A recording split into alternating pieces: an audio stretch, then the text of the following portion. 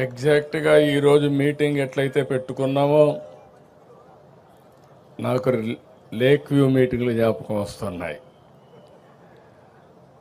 ఆ రోజు మొట్టమొదటిసారిగా రాష్ట్ర విభజన జరిగింది.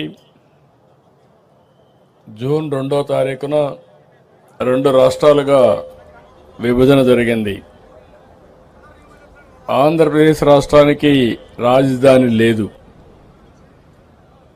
ఆ రోజు చట్టంలో పెట్టింది కూడా రాజధాని ఎక్కడ పెట్టాలనో నిర్ణయించడానికి ఒక కమిటీ వేస్తామని ఒక కమిటీ వేశారు. అక్కడి నుంచి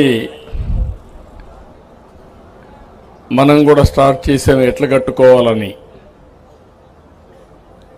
అయితే ఆ రోజు కనీసం ఆనాటి ప్రభుత్వం పలాంది ఇక్కడ రాజధాని వస్తుందనంటే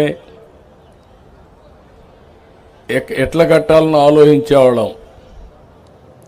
రాజధాని ఎక్కడ వస్తుందో చెప్పకుండా ఒక కమిటీ వేసి, రెండోది దానికి కావాల్సిన జాగా కూడా లేదు మనకు, మీరు గుర్తుపెట్టుకోవాలి. అలాంటి సమయంలో మన ఆలోచన విధానం ఏం చేయాలని ఆలోచించినప్పుడు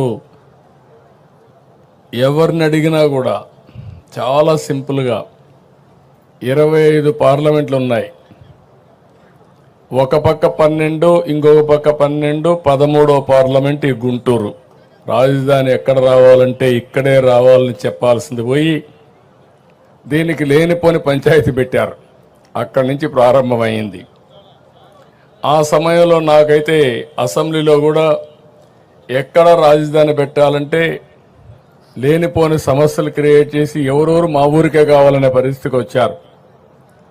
నేను ఒకటే ఆలోచించాను, ప్రతి ఒక్క ఊరికి ఇచ్చేది కాదు, ఇది రాష్ట్ర భవిష్యత్తుకు ఉపయోగపడే రాజధానిగా ఉండాలి. అందుకే నా నిర్ణయం ఆ రోజు దీనికి సరైన ప్లేస్ వచ్చి విజయవాడ గుంటూరు మధ్యలో అని చెప్పి నిర్ణయం చేశాం మొట్టమొదటిసారిగా.